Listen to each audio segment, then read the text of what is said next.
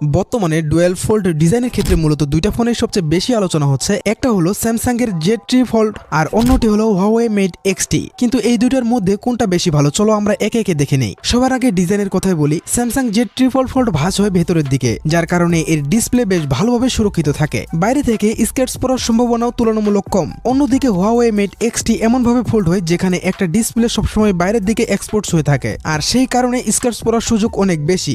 এবার আসি পারফরমেন্সে। স্যামসাং এর Z3 ফোল্ডে আছে স্ন্যাপড্রাগনের ফ্ল্যাগশিপ লেভেলের প্রসেসর, যেটা খুবই পাওয়ারফুল। মাল্টিটাস্কিং, অ্যাপ সুইচিং সবকিছুই স্মুথভাবে করা যায়। অন্যদিকে Huawei Mate X-T তে আছে তাদের নিজের চিপসেট ব্যবহার করা হয়েছে, যা ঠিক খারাপ না হলেও স্যামসাং এর মতো শক্তিশালী নয়। ব্যাটারির কথা বললে দুটো ফোনে প্রায় একই ব্যাটারি ক্যাপাসিটি আছে, তবে চার্জিং স্পিডের ক্ষেত্রে Huawei তে একটু বেশি ফাস্ট চার্জিং পাওয়া যায়। ক্যামেরার ক্ষেত্রে কিন্তু স্যামসাং একদম ক্লিয়ার উইনার। এর 200 মেগাপিক্সেলের সেন্সর দারুণ ডিটেইলস আর শার্পনেস দেয়। Huawei এর ক্যামেরাও ভালো, তবে তুলনায় স্যামসাং কে পেছনে ফেলতে পারবে না। আর যদি আমাকে এই দুইটার মধ্যে যে কোনো একটা ফোনকে বেছে নিতে বলা হয়, তাহলে আমি ব্যক্তিগতভাবে স্যামসাংকেই সিলেক্ট করব। আপনারা কি ভাবছেন? আপনার পছন্দ কোনটা? কমেন্টে জানাবেন। এমনই আরো প্রযুক্তি ভিত্তিক ভিডিও পেতে চাইলে চ্যানেলটি ফলো করে সাথেই থাকুন।